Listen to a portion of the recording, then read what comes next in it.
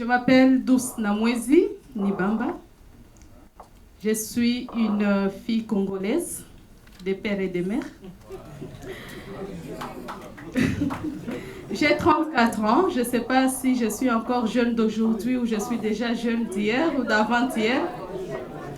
Je suis jeune d'aujourd'hui avec une expérience des jeunes d'hier, puisque à 16 ans, j'ai joint une radio catholique de ma ville Bukavu comme jeune reporter.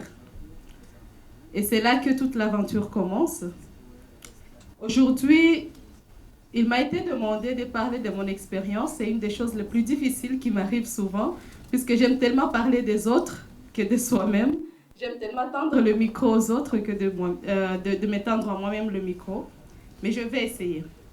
Je vais essayer puisque je me définis personnellement comme une féministe, tout d'abord, puisqu'il y a des dames dans la salle, Madame Jacqueline Gengele, qui a vraiment ouvert le chemin pour nous aujourd'hui, pour qu'on puisse se mettre debout devant vous pour vous parler. Je me définis également comme opératrice culturelle, puisqu'il y a des jeunes de Bukavu, de Goma qui sont dans la salle et qui me connaissent bien, et que je connais bien aussi. Et également, comme le professeur Doudou le disait, je suis directrice de Wezo Africa Initiative. J'ai préparé beaucoup de papiers, mais je ne suis pas sûre que je vais les suivre. Puisque là, j'ai besoin de vous partager une expérience personnelle en tant qu'opératrice culturelle. Il y a 2 mois de cela, en février dernier, il se tenait à Bukavu, ma ville natale, le festival Amani. Je ne sais pas si dans la salle, il y en a qui ont entendu parler du festival Amani, juste par main levée. Ah, parfait. C'est un des festivals qui réunit toute la région des Grands Lacs. C'est un festival qui réunit plus de 30 000 festivaliers.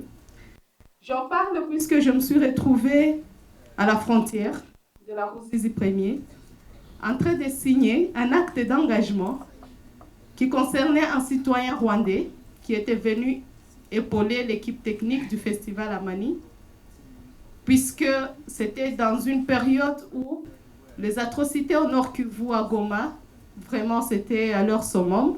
Et il y avait encore cette méfiance entre pas le Congolais et le Rwandais, mais plus entre les 2 pays. Et ce citoyen congolais était venu au festival, mais Rwandais plutôt, était venu au festival sans aucune invitation, puisque c'était vraiment un appui technique des dernières minutes. Et là, l'agent de douane me dit, « Madame, il faut que tu signes ce document, que tu seras responsable de tous les actes que ce citoyen rwandais va poser sur le sol congolais. » Et moi, j'étais là en train de signer, puisque je me disais, ce n'est qu'un technicien, on a besoin de cet appui sonore pour l'organisation de ces grands événements. Et ça se passait dans un état de stress énorme. Hier, Madame de Sénap disait qu'il y avait des collègues qui sont tombés malades juste en train d'organiser ce sommet. Je ne pense pas qu'on ait 1000 personnes ici. Imaginez un festival de 30 000 personnes, le stress et les niveaux que cela se passait. Et ce festival se tient généralement à Goma, c'est la ville voisine. Mais à 1 mois de la tenue de ce festival, les autorités militaires, puisque la région actuellement elle est sous une autorité militaire, c'est un état de siège, c'est une longue histoire congolaise. Et là, ils ont déplacé le festival pour le Sud Kivu, à 1 mois. Je ne sais pas depuis quand on organise ces sommets, je crois que ça fait vraiment plusieurs semaines, mais là on devait organiser ce festival à 1 mois. Et le directeur du festival qui m'appelle, Madame Douce, on a vraiment besoin de ton avis, est-ce que c'est possible? J'appelle des amis, il y a Patrick Zézé et les autres, je leur demande, est-ce qu'on peut oser tenir ce festival dans la ville de Bukavu? Et là, on s'est dit, pourquoi pas? C'est une opportunité pour la ville, c'est une opportunité pour la région. Et là, on devait parler d'un festival Amani en plein moment où la guerre se passe à Goma. En plein moment où il y avait des milliers de personnes déplacées. En plein moment où il y avait cette crise humanitaire énorme, où il y avait des manifestations contre la mission des Nations Unies. Il y a les collègues qui venaient de dire que s'il y a la paix là, il n'y aurait pas de mission des Nations Unies. Et donc, c'était vraiment dans un contexte très compliqué. Je devais commencer à ce moment à contacter le gouverneur de province pour avoir l'autorisation de la province d'accueillir ce festival, travailler avec la police, avec l'armée, avec toutes les autorités. Et là, l'incident même commençait aussi à appeler des festivaliers du Rwanda, du Burundi et de la région, de l'Europe qui devaient venir à ce festival. Et lorsque on m'appelle pour signer cet acte d'engagement, c'était pour effectivement s'assurer qui sont ces gens qui sont en train d'entrer dans notre ville. L'autre soir, on discutait avec mes concitoyens, le président de la société civile du Sud Kivu et Madame Nelly Kiea du Nord Kivu pour se dire quels sont les enjeux autour de ce sommet. Qu'est-ce que nous sommes de quoi nous sommes en train de parler? Nous allons rentrer dans nos pays respectifs avec quoi? Et dans cette réflexion, on se disait, il y a beaucoup de problèmes que les jeunes connaissent. Et cette histoire de ces citoyens rwandais m'a fait rappeler qu'en fait, on est dans l'East African Community, il y a la CIRG, il y a beaucoup en fait, de plateformes régionales, mais la mobilité de personnes demeure un problème. Et je commençais à me questionner suffisamment sur de quel pays dont il s'agit. Je parlais de ce festival également, puisqu'en 2015, lorsque je commençais à m'intéresser aux médias, dans ma ville, il n'y avait que 3 à 5 voix féminines qu'on pouvait écouter à la radio. Et moi, je rêvais de parler à la radio. Et là, parmi ces voix, il s'agit aussi de médias internationaux, puisque là, pour les femmes, de parler à la radio, ben, tu es une femme impossible, tu es une femme, comment tu vas oser parler à la radio? Et pendant ce temps, il y avait un groupe de femmes de ma province qui se réunissaient déjà pour échanger et se dire pourquoi on ne peut pas mettre en place une structure qui va parler des droits des femmes.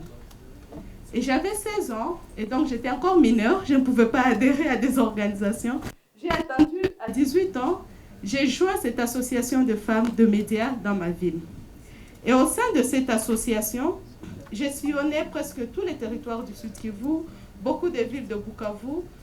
J'ai été en contact avec des jeunes et des femmes et j'ai réalisé que la culture demeurait cet élément identitaire qui réunissait les peuples.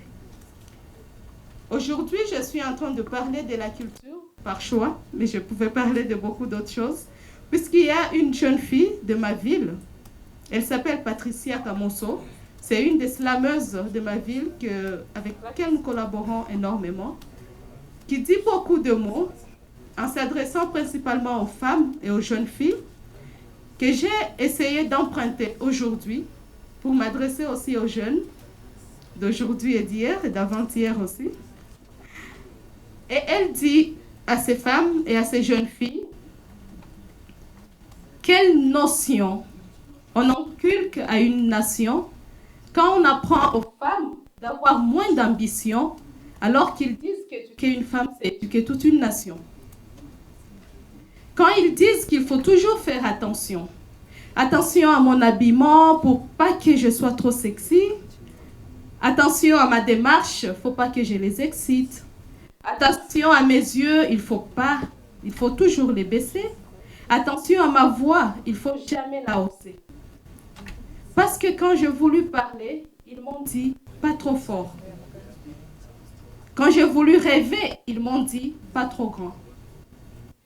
Quand j'ai voulu avancer, ils m'ont dit pas trop loin. Quand j'ai voulu monter, ils m'ont dit pas trop haut. Ils m'ont dit beaucoup mes devoirs, mais jamais mes droits. Ils ne m'ont pas dit tu peux, mais ils me disent tu dois. J'ai compris grâce à eux qu'il ne s'agissait que de moi. Ces paroles de Patricia Kamoso s'adressaient aux femmes et aux filles, mais ce sont des paroles qui s'adressent aujourd'hui à cette jeunesse. Depuis hier, on nous disait de nos droits. Vous devez, vous les jeunes, vous devez.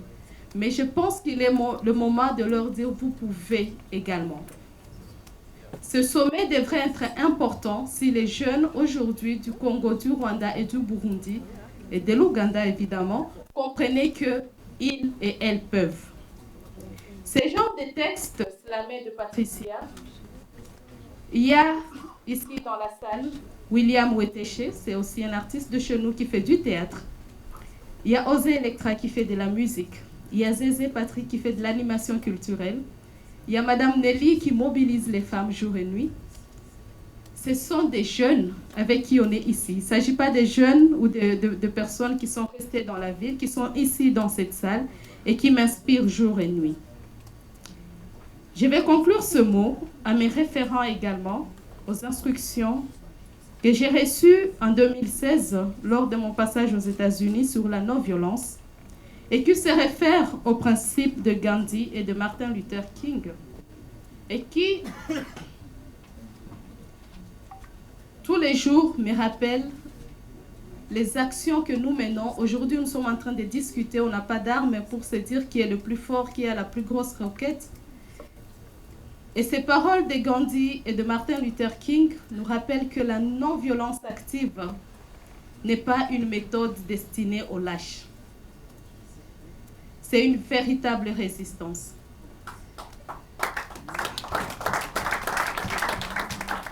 C'est pour les personnes courageuses. Le principe de non-violence est fondé sur la conviction que l'univers est du côté de la justice. C'est donc ainsi que, en signant cet acte d'engagement du citoyen rwandais, pour y revenir, je me suis dit, je fais ce qui est juste. Et lorsque le citoyen rwandais est rentré au pays, je suis partie voir l'officier de la douane et je lui ai dit, êtes-vous satisfait, messieurs? Et il a dit, non, madame, je pensais vraiment que c'était un intérêt, moi qui s'est glissé comme un artiste en entrant chez nous. Donc, chers frères et sœurs, aujourd'hui, dans ce beau cadre de cet hôtel, je voudrais vous inviter à faire de même, à poser des actes courageux. Peu importe l'âge, peu importe le sexe, peu importe le rang social. Ce n'est qu'ainsi que la paix ne sera plus un slogan, mais un mode de vie, comme venait de le dire mon frère. Merci beaucoup.